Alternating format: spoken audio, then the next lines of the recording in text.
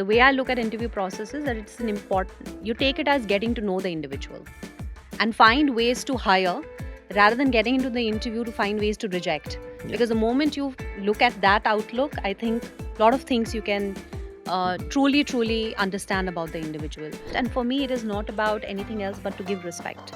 So if you've taken out time to be with an individual, then give that time to that individual and to that moment. That leaders and leadership is very, very important. That's the single most lever that is very, very important to build and cultivate culture.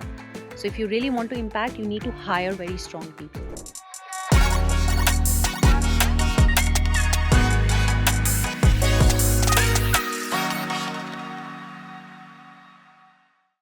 Hello, everyone, and welcome to the Weekday Show. I'm your host, Amit Singh, founder and CEO of Weekday, a hiring marketplace where job seekers can 8x their chances of finding their perfect job, and recruiters can supercharge their productivity by accessing the largest database of talent in the country.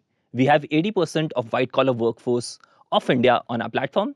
Check out Weekday at weekday.works. Happy to present to you the Weekday Show, where recruitment leaders share actionable insights and answer the most common hiring FAQs, and explore the hiring process from both sides, and dissect real-life interview scenarios. Our guest for today is Sachi Krishana, who is the CHRO at Vymo, which is a sales enablement platform for financial institutions. Prior to that, she was Director of HR at AWS, and prior to that, she had worked for 14 years at Wipro. Welcome, Sachi. Thanks, Amit. Thank you so much. So, Saji, today we'll have 3 sections in our episode.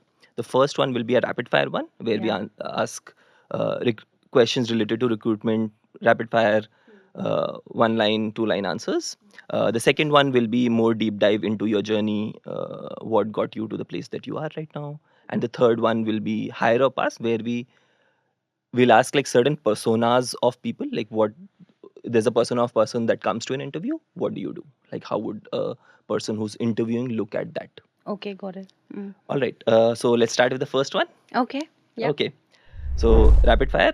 Can you recall a moment in an interview where your impression of a candidate completely changed with one answer? Could be good or bad, both. So I think I don't have an anecdote where the impression changed because of an answer, but it did change because of the question the candidate asked. So usually when I take interviews, I either start an interview by asking that, do you have any questions? Because if I'm the hiring manager, I usually have given a lot of background and then I ask questions. Or otherwise, I'm one of the panel members in the loop. And a lot of interviews have already happened, and I want to give the opportunity to a candidate to ask anything about the organization or anything that is. Hi. So generally people ask it at the end, right? But I give in the beginning itself, depending on where I am in the panel. If I'm the hiring manager, then I talk and then ask questions. And if I'm one of the panel members and I assume 3 or 4 discussions have already happened, so that may be a right time to ask how their feel is and what questions they have. So, so the kind of questions that people have asked have really changed. Like one such example I have is, and this was where I was the hiring manager. I started the conversations, couple of panels had happened, and again I was the last person to do the loop interview, and I was in my mind just thinking whether this individual coming from such stable environments, how that person will work in a fast paced environment. That was something that was going on in my mind, and we were just wrapping up the conversation, and I just asked the individual that, do you have any questions for me? And that person asked that, if I look at your journey at Wipro, for 14 years you've done a lot of work in the space of culture and transformation.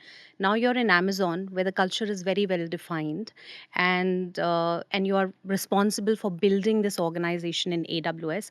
How much can you influence the culture, and how much can you build it? And I felt it was such a deep and astute question. And what it did was, I did an answer that it triggers a series of question and conversation. And I walked away thinking that how sincere that individual is and how deep the thinking is. And that's the kind of person I would like to have as part of my team. So, yeah.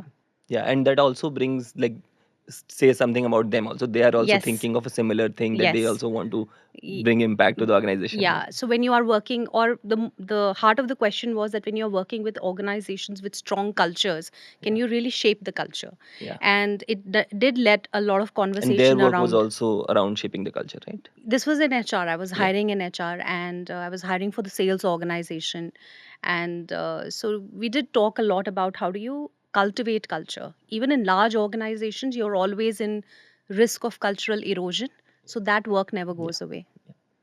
All right. So the next one, is there one hire that stands out when you look back at all the years of hiring experience, Yeah. and what made that person stand out? Actually, this is a tough one. I don't know, like they're not rapid anymore. So Yeah, because there are a we take lot that of word loosely. because there are a lot of people that come to my mind. Because over the span of 19, 20 years, there's so many people I've interviewed and so many hired. I think one person I would, or one individual that I'll highlight is, this was in AWS, and we were rebuilding the AWS India team. And so every individual or every hire was a very critical hire, especially for the leadership team.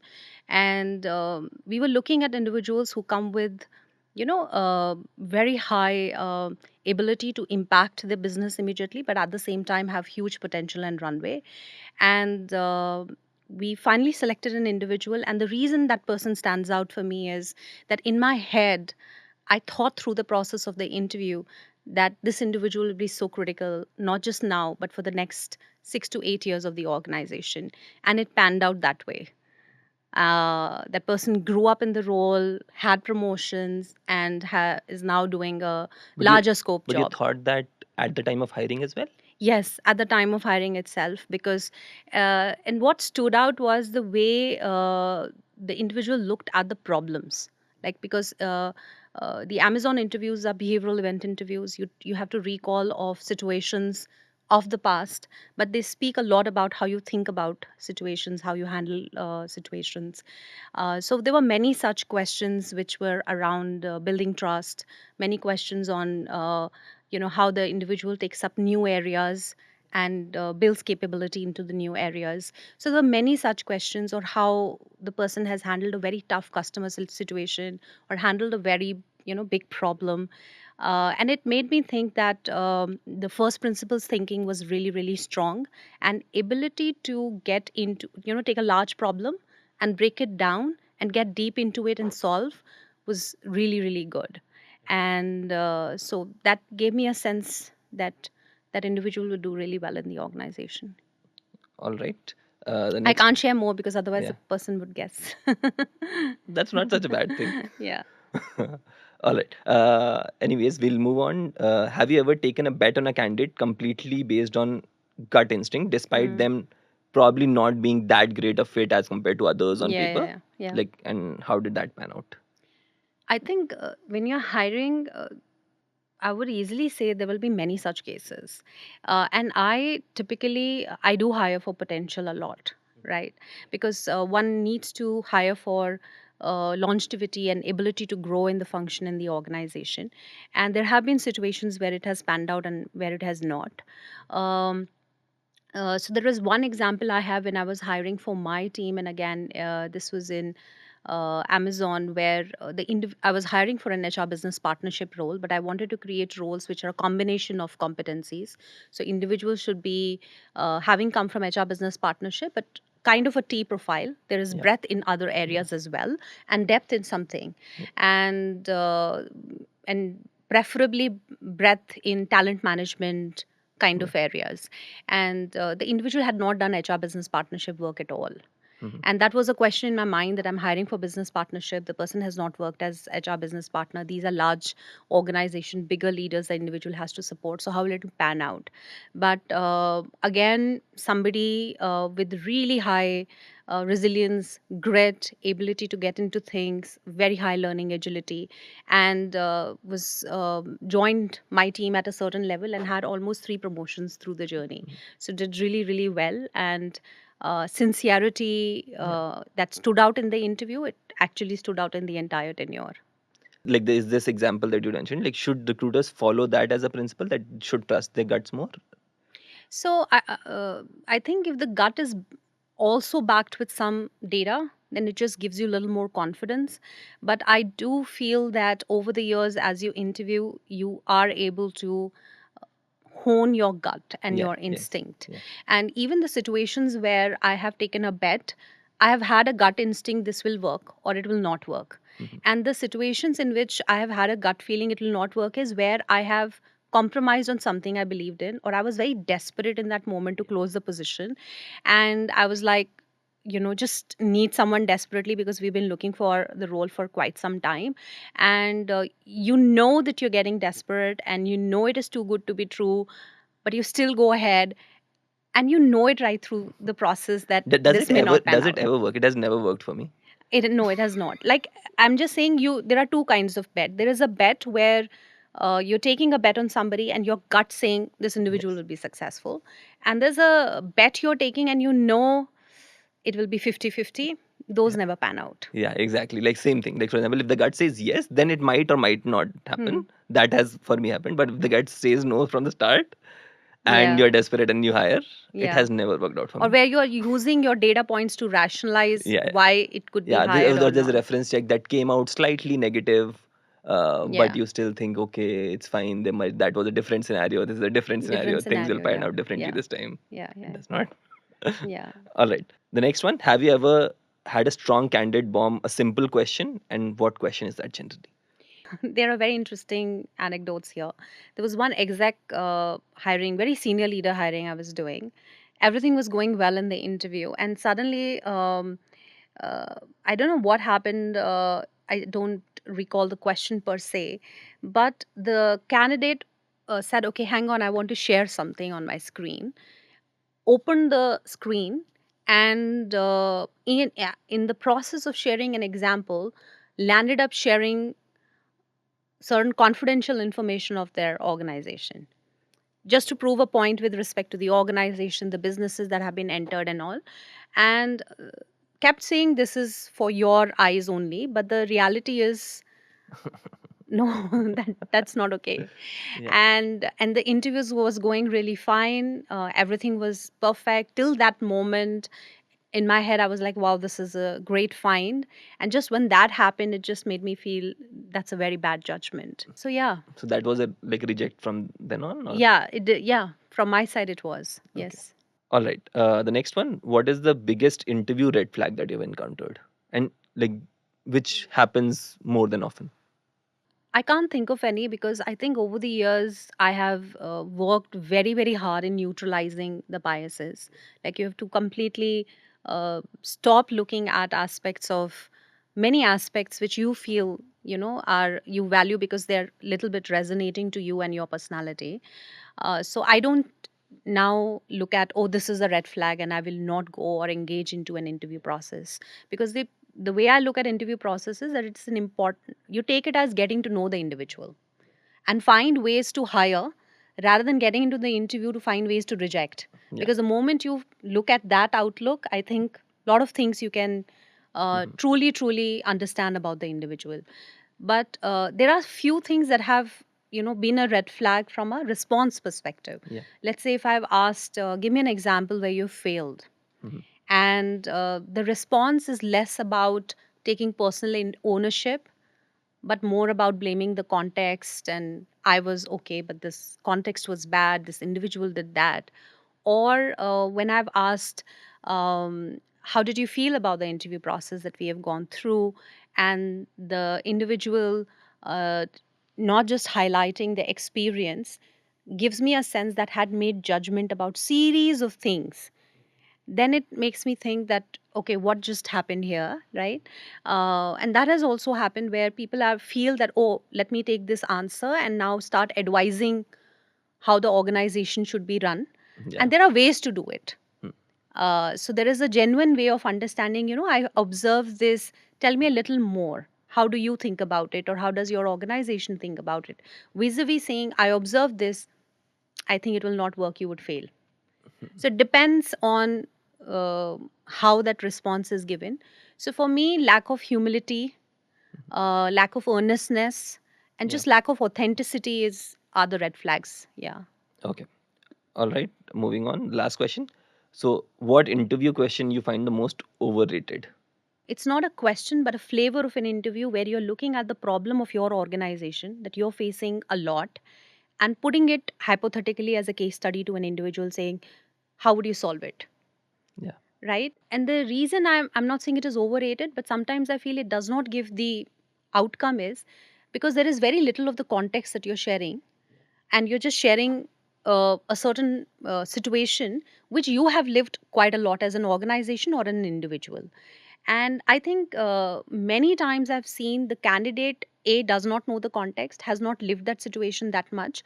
And sometimes I feel it may not give an answer if you have already know what kind of answer Yeah. you're expecting. And if the person has deviated from that answer, either you're challenging or you're not agreeing. So that to me is little overrated in a scenario where you pick up a complex case study of your organization, Yeah. give it to the I actually do candidate, that in interviews. and give 15 minutes to solve. Yeah. Right. If you're doing that, then give more time, give more context, and do it more like a case study and giving a fair chance to dive deep into the scenario. Is because like I would have more context on it, and Hmm. the other person, what kind of questions they ask, That's fair. and like Huh. I would be better judged, like better Hmm. person to like judge that person on that particular question Got it. rather than any other hypothetical scenario. Yeah, yeah, yeah. Okay. Hmm.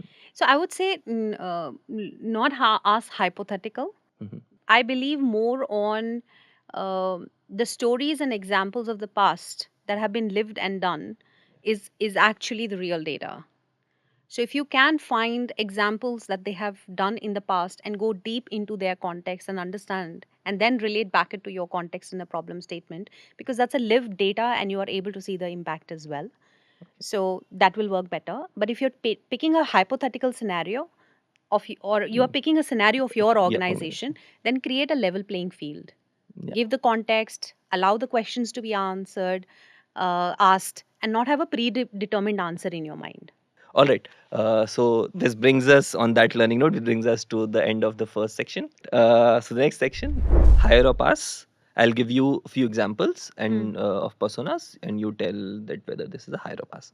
So hire or pass, the unconventional dresser. So a candidate who comes up in sort of unusually casual attire, which is like okay, like if I'm assuming it's a startup, so people generally dress business casual, etc. But it's more casual than that. Do you see that as a red flag? Do you see that okay, this is a problem, not a No, problem? until unless it is not offensive or vulgar, Hmm. I would not. No. Like for me, the fit is to the role. Some Uh-huh. of these things, I will not look at it. All right.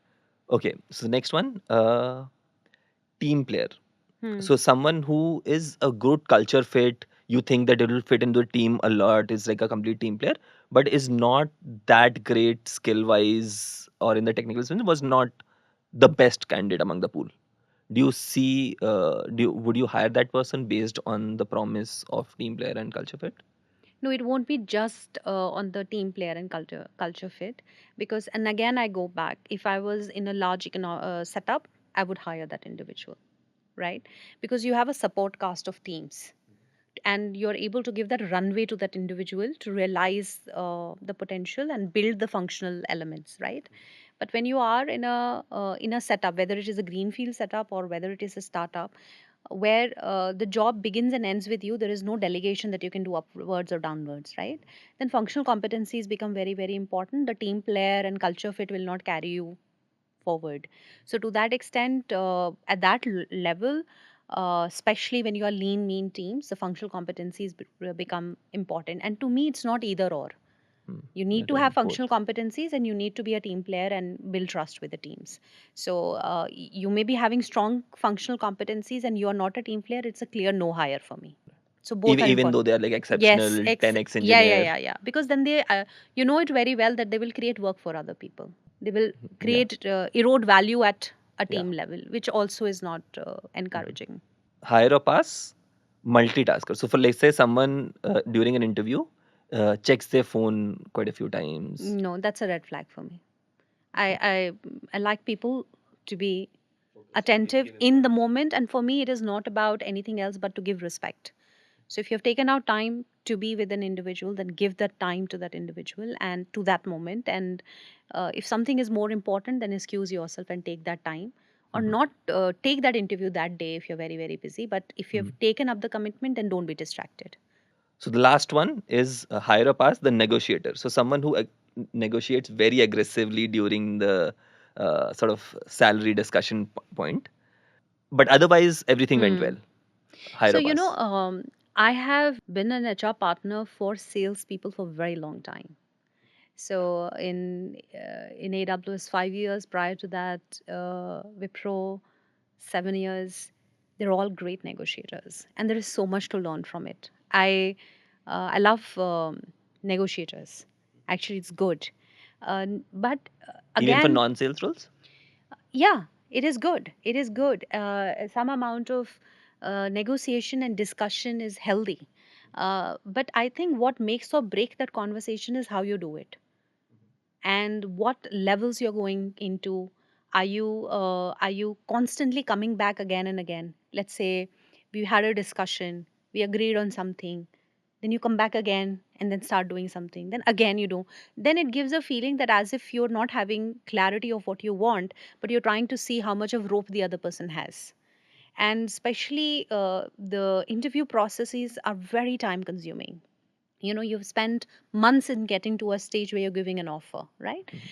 Using that to capitalize on the moment is not great. It doesn't build trust. But if you're having a discussion basis on, look, this is the risk I'm having, or these are the things I put on table, this is what will make it very attractive for me, and this is how it will help me have a long term view for the organization. Those are great areas on So back of which let's do just the talk negotiation. about that a little more.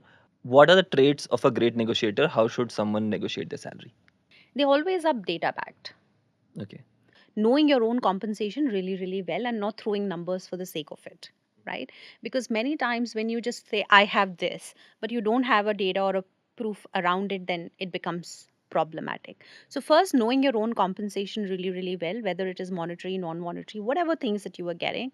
And typically, I've seen that people are very, very systematic, methodical, and they know exactly what their current is, right from the compensation to their ESOP and so on and so forth. Uh, and the second thing is they know the market for the role really, really well. So let's say I'm talking of like senior level, they will know a typical person at this level will be drawing this much, this much. They have some mental How framework does one get that information? through a lot of social media sites. What are the typical ranges that are there? So they have done their level of research on what are the different compensation ranges that are existing, what exactly is in the market, and so on and so forth.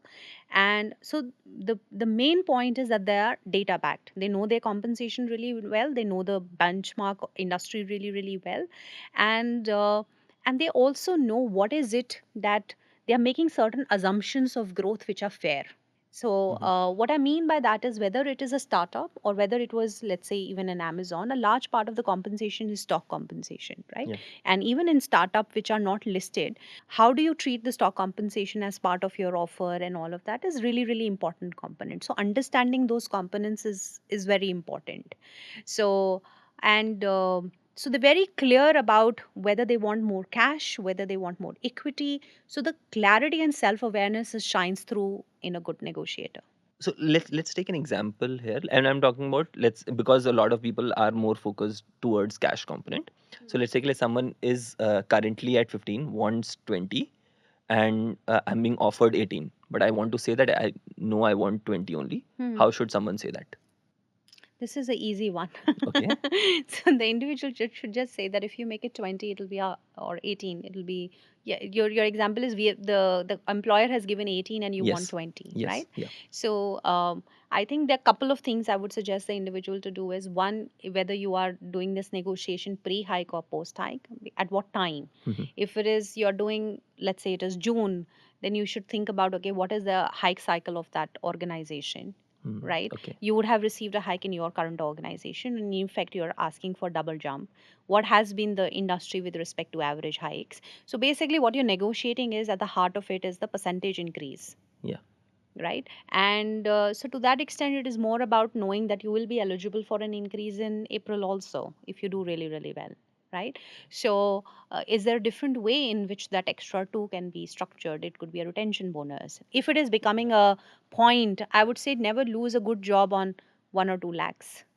That should also be the part of your thinking. And that's again, good negotiators do that. They never start the conversation that I will walk out for. They're always making sure that they want to win this conversation. Okay. So the win-win is very, very So important. never say that, okay, this or I'm out. If you want to, if you are having multiple offers and you're just No, you're not you're caring, that's bluffing a that because different you thing, want to say that as well. right? But if you're genuinely wanting to join, then any negotiation is a win-win conversation. The recruiter should also create a win-win for the candidate, and the candidate should also create a win-win for the organization.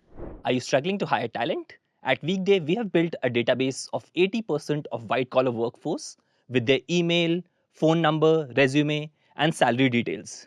And you can send automated email plus WhatsApp plus call sequences to them. Yes, we call candidates on your behalf as well. Because India runs on WhatsApp and calls, we end up getting as high as 40% response rate. Gone are the days of sending a LinkedIn invite and waiting for days for someone to accept. Just use Weekday. Whether you are looking for a database to supercharge the productivity of your recruiters, or you're looking at a complete AI recruiter to do everything for you, we have a solution for you. Visit weekday.works to know more. All right. On that note, let's move on to the last section, deep dive, where we talk about more about your journey. Okay. And so let's start with like what specifically got you into HR field, recruitment in general, or did you think that this was like while I think you did not like in undergrad you did not do HR, right? Yeah, I was That was in economics. Yeah. So what got you into it? So actually, it was serendipity. It was not something that was planned or designed. Actually, have those revolving doors moments where, at that point in time, I had also gotten admission in NIFT, and which was in like in the space of visual merchandising and all. And maybe if the career would have panned out in that direction, I would have been a buyer or working in some fashion house or something like that. NIFT admission had already happened. NIFT Delhi, I've gone to Mumbai for TISS. I think there was something about the institute and the environment that really attracted me to it, because it's a social science institute. There are people from different backgrounds, states, and just that 1 week of the process that you have at TISS, where you're actually giving your exam, you're doing your GD, and immediately after that, the results come. And I felt the kind of people I was seeing is the place I want to be. I don't think so. I made a decision basis the End outcome. basis the end outcome. And what also I think somewhere the brain also worked is that if you looked at NIFT and the kind of course I was doing in the space of apparel, or even in the space of visual merchandising, there were very few opportunities at that point in time, because we did not have these multi-brand houses coming and doing. So the kind of opportunities was you have to be an individual fashion designer to run it, and that's not something that attracted me. I was more attracted to the concept of being in a larger setup and doing buying decisions and creating those kind of, which was again in the space of creativity, but plus business in a different lens. So when I thought about deeply, I felt this is where I want to be. And what attracted me, oh, I'll be in different sectors and different businesses. That's a different story. I landed up being in tech and staying in tech industry. So yeah, it was not like at that point in time I have to be in HR and this is what HR means. It was more about which institution I want to be, which are the kind of people I want to be surrounded with, where I will have most learning, and what resonates with me as a person. So let's talk a little bit about your journey at Wipro. Okay. Uh, so you ended up staying there for around 14 years. Yes. I think that's unusual. I don't know if it was unusual for Wipro or not, because like We we are have a lot actually of long tenured people. yeah, that's what like I've interviewed two other people in the same studio from Wipro, and they also ended up staying more than 10 years. So what is it about Wipro that people end up staying for more than a decade there? So I think not. I joined Wipro in 2003, right? So the and I'm assuming the people who stayed 10 plus years are also in the same time bracket. I think there was something about the IT industry at that point in time, IT services industry. It was growing at 30 to 40% CAGR. Now, when you're fresh out of college, or you've just like, I had just 6 months kind of an experience, I will call myself a fresher only, and you get into that high growth environment, and whatever process or whatever initiative you're thinking, you have to think about like a simple thing. Let's say if you have to run a reward and recognition framework, you're not running for 10 people, you're running for 1,000. I still remember every Monday we used to have induction for, like, I joined as an HR business partner for a business unit, and we used to have 30 to people, 40 people getting inducted. And that kind of scale, when you see as a just as a fresh out of college, it's immense learning, because you've been taught in college what is the right way to do a process, like what should be a good or ideal onboarding process be, what should be an ideal reward and recognition framework be. But that's a real learning ground where you think, how do you keep the tenets of a good process, good initiative, good experience, and then how do you scale? And the moment you add the complexity of scale to it, you have to be very innovative. You think of different concepts. So very early in life, you're getting the idea of leverage. You will not be able to do everything on your own. You have to use technology. You can't be high touch. You have to think of processes assuming they will break. So which are the breakpoints you have to be very focused about, and which are the breakpoints you will allow as an error or accommodate. So I think that, like, I can say for me was a immense learning, huge learning ground.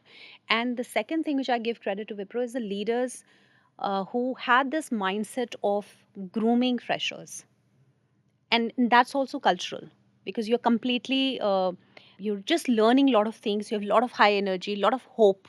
Yeah. And how do you just take that and garnish that potential is really really important. So I had a like huge respect for the organization, and every 3 or 4 years I got very exciting opportunities. And there were different phases of pivots and churn that the organization was going through. Yep. So there was a phase of immense growth, then there was a phase of acquisitions and inorganic growth. So having that first set of experience, that how do you grow in Europe and how do you grow in US.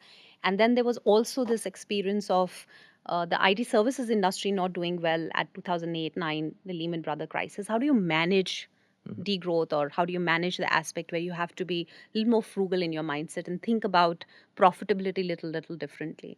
So the 14 years have been like complete circle. Yeah. And thinking of growth and how do you different aspects of the business. But if you had to isolate different reasons for, like, for example, for someone staying for that long, how much of an impact do you think the company itself growing makes? I think it plays a very big role, because it does allow for different kind of opportunities to come by. Because I think it's more about the opportunities, it's more about learning. Every context has a learning. But I think if the industry is growing, if the business environment is positive, then in that case it just gives a lift to everything that is happening in the organization. Yeah. My next question would probably be the similar one to what that particular person asked, wherein, for example, in AWS there was already a very strong culture built, right? Like, how do you make impact to that? See, I think when I joined Amazon, I had already spent 14 years in Wipro, and I see value for very strong culture. Wipro also is a very strong culture. I think my work ethics have been shaped by Wipro, and what I found very common with Amazon is the customer obsession part. Both are very customer centric organization. Integrity is very important. Earnestness of effort and work ethic is very important. So there were certain parallels there. But what I wanted to learn from Amazon is how do you cultivate culture at scale? So I actually walked in like a student, that I know what is to have a big culture or build a culture. I had certain hypotheses around it, that leaders and leadership is very, very important. That's a single most lever that is very, very important to build and cultivate culture. So if you really want to impact, you need to hire very strong people. You need to hire good leaders. So 60% of your culture is formed by the kind of hiring you do. So who you hire, who you promote, who you reward shapes the culture of the organization. So I had some of these hypotheses or some of these elements already built. But at the time of leaving, was Wipro a larger organization? Was AWS a large organization? Wipro was larger. My role in Wipro was much larger than what I got at AWS. AWS India was just starting at that point in time. Yes, exactly. Was at a very nascent stage. So that attracted me, that there's an opportunity to build, because you're going to make this organization really big. And the second was also that because it was at the stage, there will be a lot of learning in terms of how do you build culture. Going back to the question, I think cultivating culture and also ensuring that it is not getting eroded requires lots and lots of work. So to that extent, what I learned at Amazon, or what is Amazon really good at, is that the leadership principles are not just some poster in conference rooms. It is very deeply integrated into hiring process. It is integrated into performance management process. It is integrated into promotion process. So every people decision that you make is a culture aligned decision. So you land up talking and living it on a day to day basis. So that's what I wanted to learn, and that's what I got through that experience. And because I was in those early stages, I got a lot of support from very tenured leaders of Amazon also. That was also a very huge learning. So let's talk about that culture erosion for them. For example, there is a scenario that you very clearly see that this is not the culture that you're sort of built. Do you go about sort of firing immediately, or how do you look at firing in as a solution to culture erosion? No, I don't think so. Firing to culture erosion is the answer. I think first, let's go back to what do you do to get the signs of cultural erosion? One could be you're in a meeting and you see a certain behavior and you feel this is not Amazon like, or this is not Waymo like, or this is not Wipro like, whatever organization you are. And it's important in that moment to take that individual or that team aside and say, what made us do this? And really understand the pressures and tensions that are happening at that point in time to drive a behavior that was culturally misaligned, right? Because especially if you have teams who have been in the organization for a very long time, they don't erode or slip to a different behavior just for the sake of it. There's something that is happening in the organization or systemically that is driving that. So which brings me to another question: do you think people really change as much? If the solution to it is not fighting? Okay, so many layers, many many questions. layers to this question. Yeah. So let me close that thought Yeah. first. I don't think so. Firing or termination is that solution. Coaching and feedback is, and also giving. Assuming positive intent is very very important in these things, because when people join an organization or come to the organization, they come to be successful and to contribute to the organization. So if you see a misaligned behavior, it's very very important to understand why. Make that genuine effort to coach before you come to any other kind of decision. Now coming to your point of, do you think people can be developed or people can change?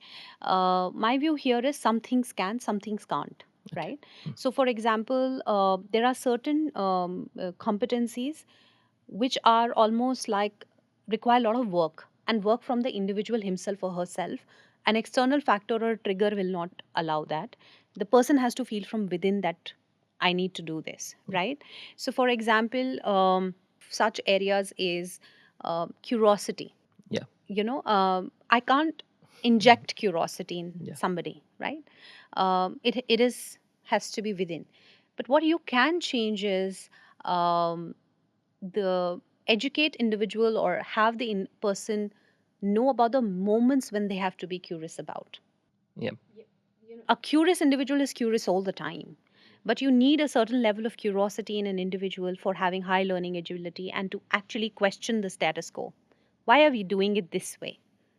Why can't we do it the other way? Now, that part, that there are some moments where you can question, that can be coached.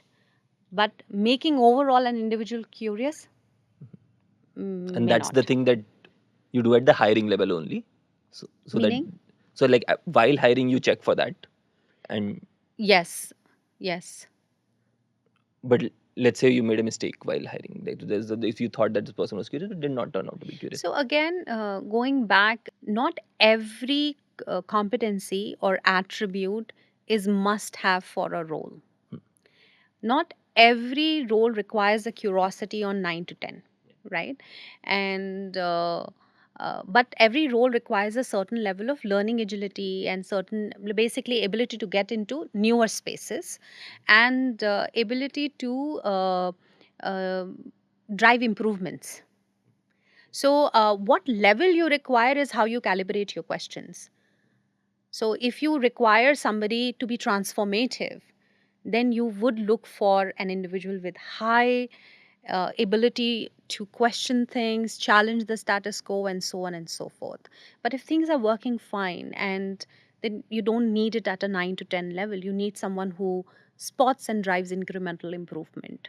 At some points, you need builders, at some points, you need scalers. So, not every job is calibrated on each competency the same way. That's how I would say that. Okay. All right. So let's talk about your journey at Waymo now.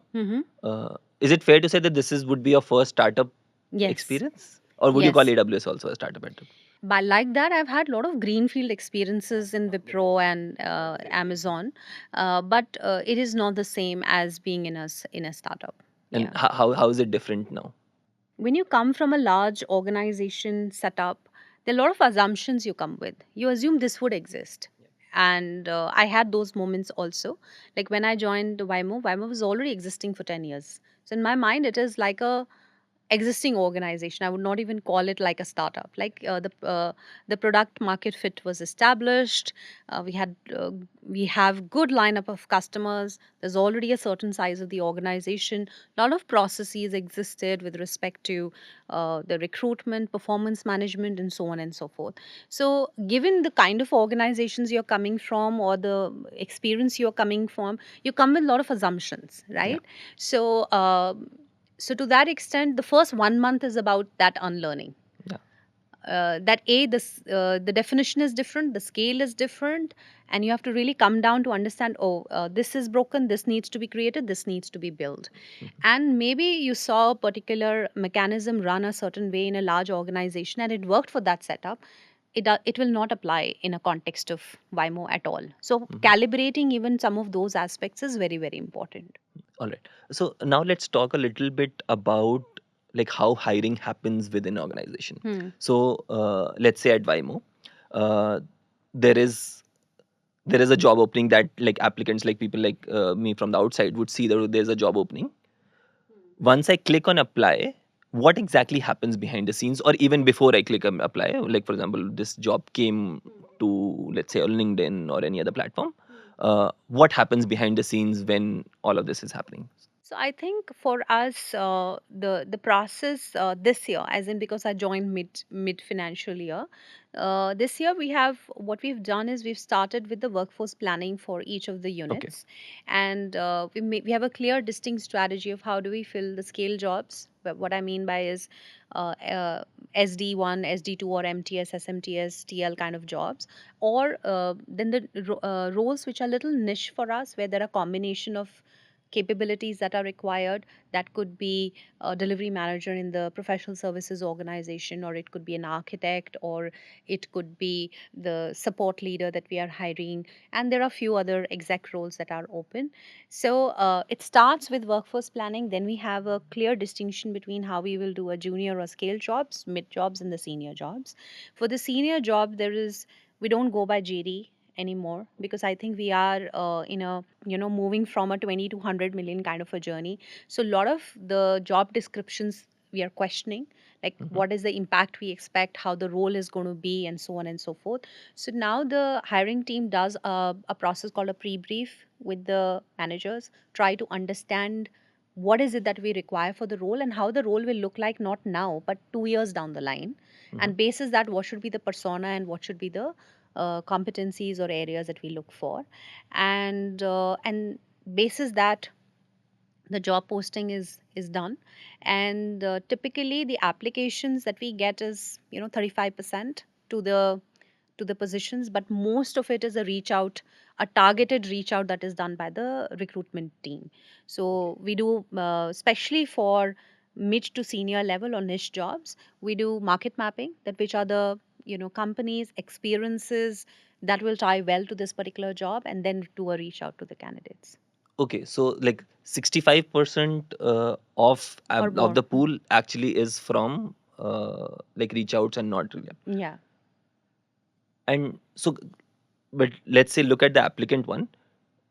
If let's say someone is applying to Waymo, what are, like for example, like I'm assuming like when you said 35, then there would be like many more applications, but many of them would not be suited, right? Whatever comes, the screening is done, and we definitely bring it into our database.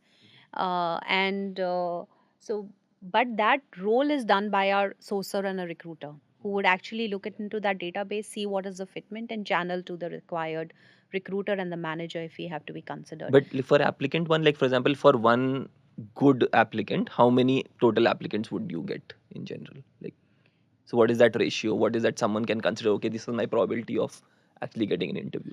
Especially at a junior level, the number of resumes we get is very, very high. Yeah. Yeah, so that is quite a lot actually. Okay. I would actually even say something like for every 20 resumes, we are finding 3, 4, or 5 relevant. And then what is the definition of relevant here? Like, for example, what if I'm an applicant? What could I do to be more relevant? See, for that, domain is important for Waymo. We are a B2B enterprise company working for BFSI domain. So though for the junior levels we don't look for the domain, but we do look for domain relevance at a mid to senior level. If somebody has done, we look for if a B2B experience exists. That's great, and especially from a for a MTS, SMTS, or TL kind of a level, not MTS, I would say, but we do look at uh, some experience of having built the product. So because there is a element of complexity that we have from a product standpoint itself, and there's a huge work that we are doing from a building the products lens also. And in fact, that's the value proposition of our jobs, that because you are actually working on building the product. So to that extent, if I look at the junior level jobs or MTS, much of the screening is done, because many times what people have done when they have made their resumes is they have taken the internships that they've had in their college and converted into experiences, and we are able to see that's not an experience. So if you are an MTS which has done just internship, then might as well position as that. MTS is member of technical staff. Member of technical staff. And so even if you have done one project, how much of a build is it in the tech stack that we are looking at? Those are the few things that we look at. But for us at a junior level, we do a round one, which is more like a problem solving round. That serves as that's a large screening round for us. So in fact, when I talked about that out of 20 out resumes, 4 is what is it is after that screening and problem solving round is when we get that funnel really, really refined. Because otherwise at that level it's very hard to know from the resume what the individual is standing for. So for the mid to senior level, when you mentioned like there's a domain that you look at, do you think that is representative of most companies? That Meaning? they would look at, for example, if there's a B2C company, they would look at people with only like generally B2C company? Not necessarily. I think it is the stage that we are in, right? Because as I said, we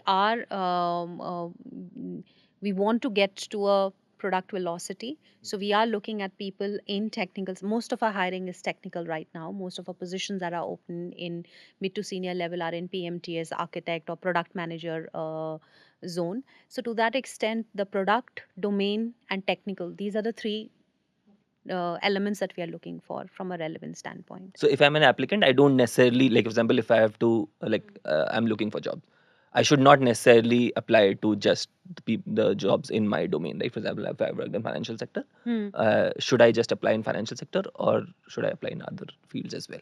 So it depends after looking at the JD, what sense you're getting and what you're getting about the organization. So I can't give a rule that if you're this, don't do this, because as I said, the job is a function of your technical competency, your domain knowledge, and your product mindset. I'm talking of the kind of jobs we are looking in the engineering and the product.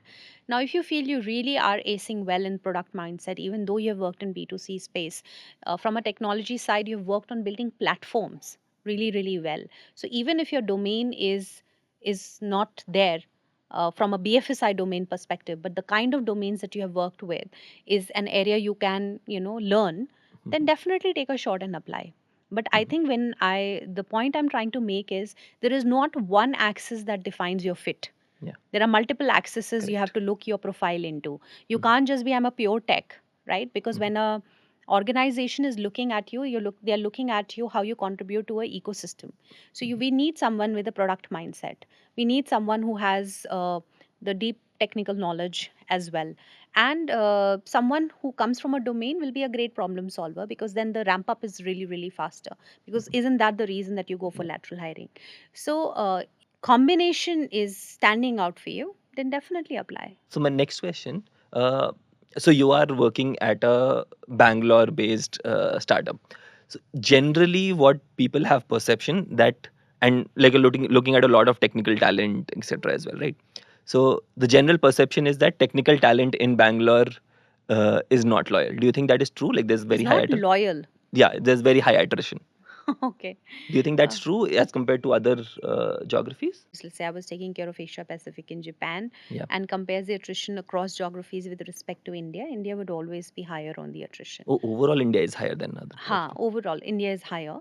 There will be certain markets in South Asia, like Indonesia and so on and so forth, or Singapore also, even where there is a talent scarcity, and so to that extent, the attrition is higher, right? But if you were looking at a scale that we are and the kind of talent pool we have, on that base, the attritions a lot of organization run is pretty high, right?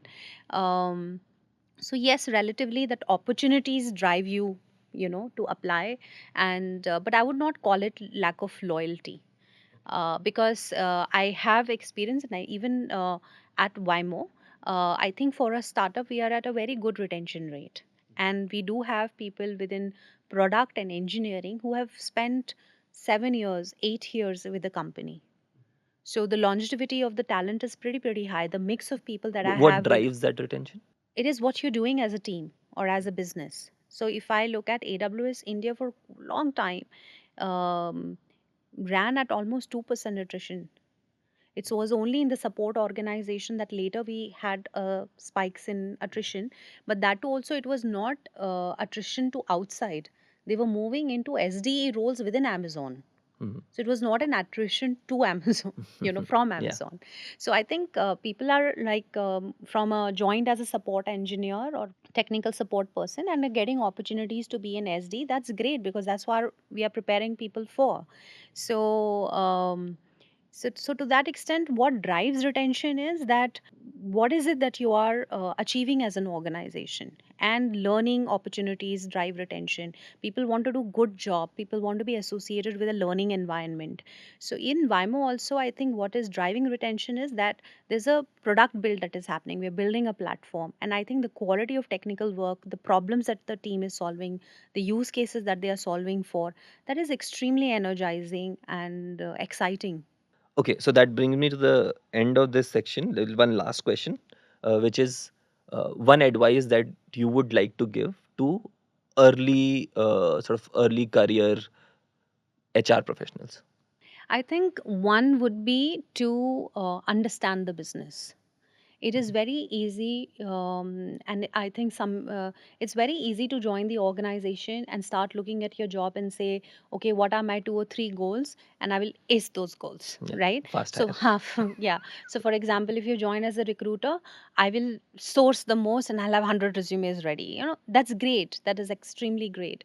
But I think understanding business is very important. So take the time and really understand deeply your stakeholders and understand the business, because that will drive you to move up to an advisory role faster. Even recruitment is less about that and more about how you shape the needs, especially in a startup, is very very important, because I have seen myself that leaders will say I need this, and then you basically, when you question and you have a little bit of a discussion, then it comes, okay, I may also need this, okay, I may also need this. For the same job, I have seen 3 personas. Like, through the conversation, three personas have emerged. And then I've seen our really finest recruiters, what they do is they sense that there are three personas that this person has in mind. And they find profiles across the three personas and say, why don't you look at this and this batch and this batch? And through the discussion of the profiles, they are making the requirement sharper. Because only when they see the profiles, that's when they're getting very, very clear about their needs.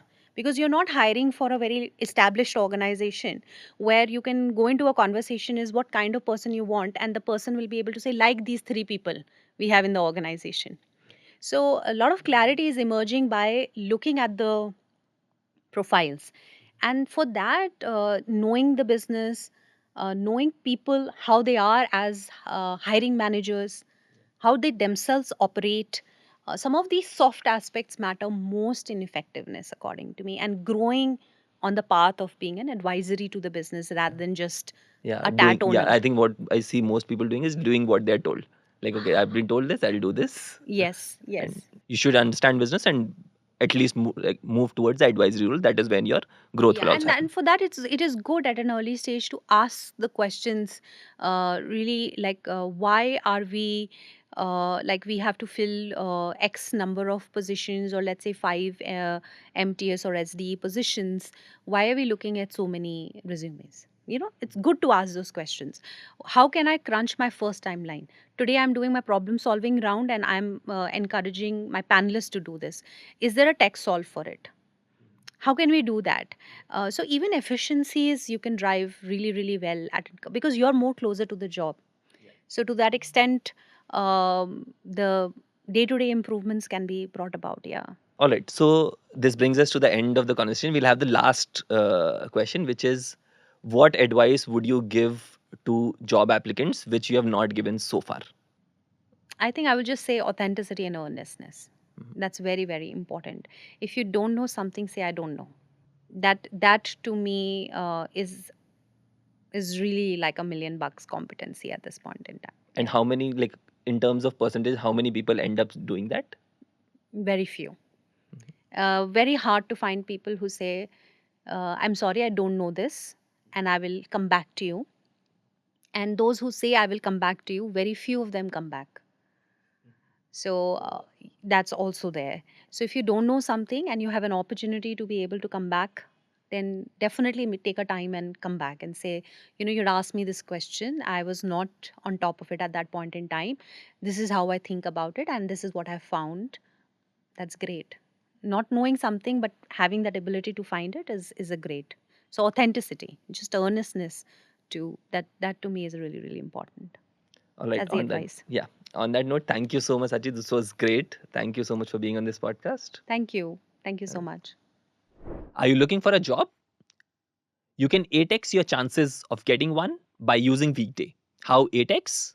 By doubling the chances on 3 fronts: referrals, customizing your resume, and applying to double the jobs. Weekday can help you on all 3 fronts. Did you know that you can double your chances of getting a job by asking referrals? You can do that via Weekday by just one click, where people can give referrals to the existing companies via the Weekday platform. The second one is customizing your resume for every role. Did you know that 60% of the applicants of a job are never seen by a human recruiter? You can double your chances by customizing your resume based on every job posted. Well, it's not feasible to do that. You can do that via AI. So Weekday's Chrome extension allows you to customize your resume for any job. The third front is applying to double the jobs. Imagine if there was an easy apply on every careers job posted everywhere. What we allow via front-end automations is that you can just click once and no need to fill multiple long forms on every careers page. Give that information to us once and utilize it everywhere else.